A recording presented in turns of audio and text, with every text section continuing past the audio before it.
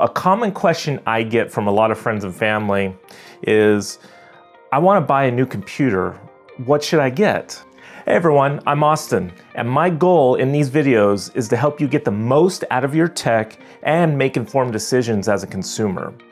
Today, I'm talking about what to look for when buying a computer. Here are 4 basic questions to help you get started and point it in the right direction. Question 1. What am I going to be using the computer for? Question 2. What's my budget? Question number 3. Do I prefer a PC or Mac? And final question is, am I looking for a laptop, a desktop, an all-in-one? Let me break all that down for you. Keep in mind, this is not a deep dive into this type of stuff, because what you want to do is start with those questions and then hopefully go to your local electronics store or talk to your friend or family member that knows a little bit about tech. Let's start with question number 1. What do you want to use this system for? So for example, you want to use it for video or photo editing. Maybe you're a high-end gamer, which means it requires a lot of graphics.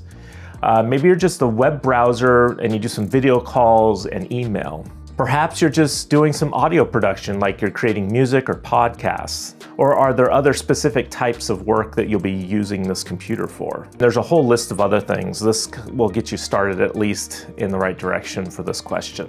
So things like video editing and high-end gaming tend to be more costly systems due to the requirements they need in order to operate. If you plan on using your computer for web browsing, video meetings, email, and stuff like that, then those are more inexpensive options. Audio production, photo editing, and other types of work like coding can be done with more of a mid-range computer. Just keep in mind that this information I just talked about can vary depending on the circumstances, but this is the most common idea when buying a computer.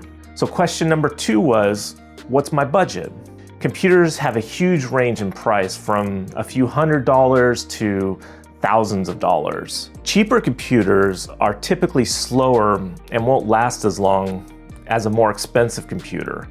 But there's also the opposite side of the spectrum, which, well, in a way is more than you'll ever need. Typically, computers have a lifespan of about 4 to 8 years. Getting something too high-end will just be a waste of money, and you'll probably have to replace it after 6 to 8 years. Also, these days, it's harder to replace or upgrade parts, so what you buy, well, is what you get. Now, question number 3 was, do I prefer a PC or a Mac? If you're more familiar with Macs, or you own a lot of Apple products like your iPad, iPhone, or you're just used to using a Mac in the past, well, then maybe a Mac computer is for you.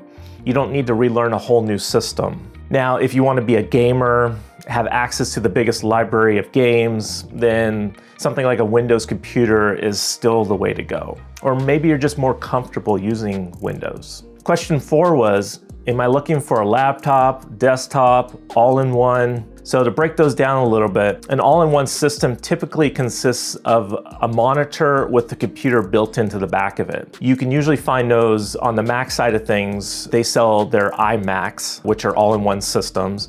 They take up the least amount of space and they have larger screens than laptops would, but they're not portable. On the Windows side of things, there are companies like Dell and HP and other companies as well. So the pros with these types of all-in-one systems is typically they have less cable clutter and they look much cleaner on a desk. They're also easier to set up. A couple of the cons in these types of systems is they're typically much harder to replace or repair parts if something breaks down in them. Options are typically more limited than like a laptop option or a desktop option. So the other option I gave you on there was desktops. These typically consist of a computer case with external peripherals like mouse and keyboard, as well as an external monitor.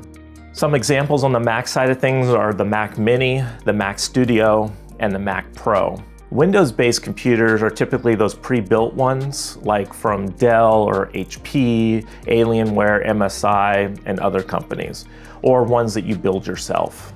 Some of the pros for these type of systems is they allow for more options in terms of picking all the parts you want to go in your system. These options typically have some of the more powerful systems. Now, some of the cons with these types of setups is they typically require more cables, so you have cables running around your desk, plugging into different things. Another con with these types of systems is they don't typically come with a webcam, but you can always buy a USB webcam.